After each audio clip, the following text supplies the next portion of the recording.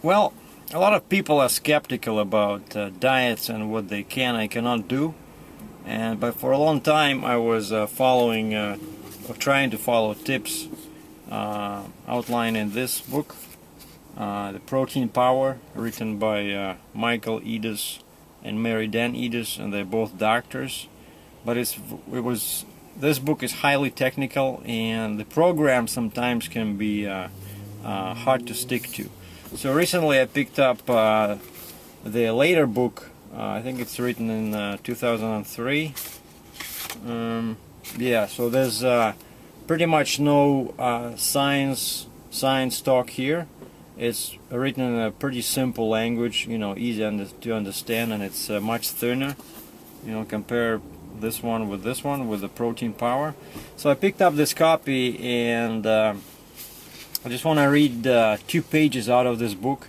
There's a chapter called Food Pyramid or Feed Pyramid, and you judge for yourself if this program can help you lose weight, lower your blood pressure and your cholesterol, and feel more fit. So food pyramid or feed pyramid. The fact that carbohydrates make you fatter may be recent news to you, but it's old hat to farmers. For centuries, farmers have used carbohydrates to fatten their hogs and cattle. That got us to thinking, what exactly is the composition of the feed used to fatten livestock? We made a trip to our local farmers cooperative to see, and here's what we found. Take a look at figures 2 and 3, and they show here these 2 pyramids. The one on the right is the contents of the feed used to fatten cattle, and basically it's 61% carbs, 25% fats, and only 14% protein. Now the USDA food pyramid, figure 2 here, is 60% carbs, 25% fats, and 15% protein. Pretty much the same. And the USDA food pyramid is supposed to keep you slim and healthy. And that's why the high carbohydrate, low fat diet fattened North America. So how much carbohydrate do our bodies really need? The answer may surprise you. Although for years newspapers, magazines, and television talk shows have told you to load up on complex carbohydrates like whole grain breads, cereal, and pasta, because these foods form the basis of a healthy diet, your daily regimen for carbohydrate is actually 0. You read that right, none. Were you to make a search of all the textbooks in any medical library, although you will find diseases caused by both protein and essential fat deficiency, you will find no diseases of carbohydrate deficiency. And that's why it has never made sense to us to load up on carbohydrates, which your body can use but doesn't really need, at the expense of fat and protein, which your body truly does need. Why don't you need carbohydrate? Your body, actually your liver, has the ability to take dietary protein or fat and make glucose from it.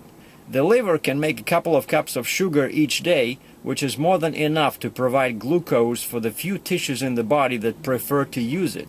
Most of the body, however, prefers to fuel itself with dietary or stored fat, or with ketones, the natural breakdown product of fat burning, instead of glucose.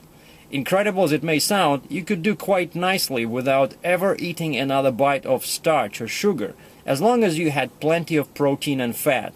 And that's just what all humans did for the 3 to 4 million years we were around prior to the advent of farming. We lived by hunting and fishing, the meat, poultry, and fish of our diets today, and gathering what grew wild, roots, shoots, nuts, and berries, and a bit of fruit in season. Not a bite of bread, cereal, rice, pasta, potatoes, or sugar. Does that mean you should eat a diet without any carbohydrate? Not necessarily, but you could.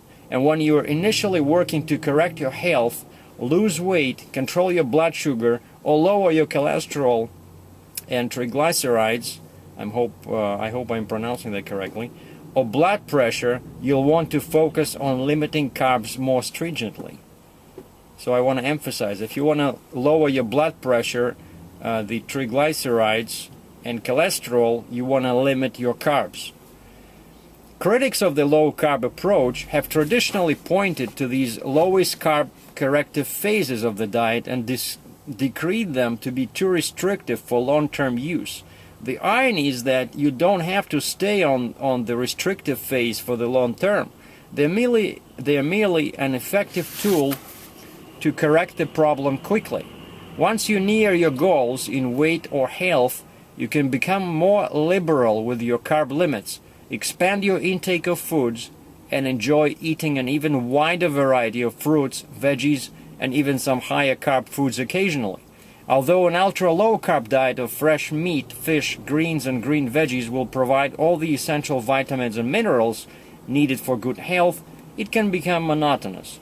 Also, prolonged cooking of meat can rob it of the vitamin nutrients it contains. For these reasons, we encourage you to eat a wide variety of low-carb fruits, colorful veggies, and greens for the beneficial vitamins, minerals, and cancer-fighting phytochemicals they contain. To take out all the guesswork, we've included 30 days worth of meal plans to guide you, starting on page 44 in this book, as to the structure of what you'll be eating. If we were to create a low-carb pyramid, it would look something like this.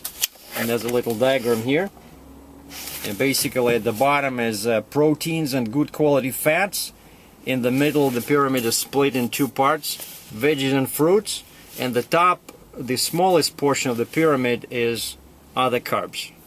This was my review of the 30-day low-carb diet solution written by Michael Eades and Mary Dan Eades. Copyright 2003. You can get it on Amazon.com, on Amazon.ca, and I think I paid about 11 or 12 bucks for this one. Very nice and helpful reading. Thanks for watching.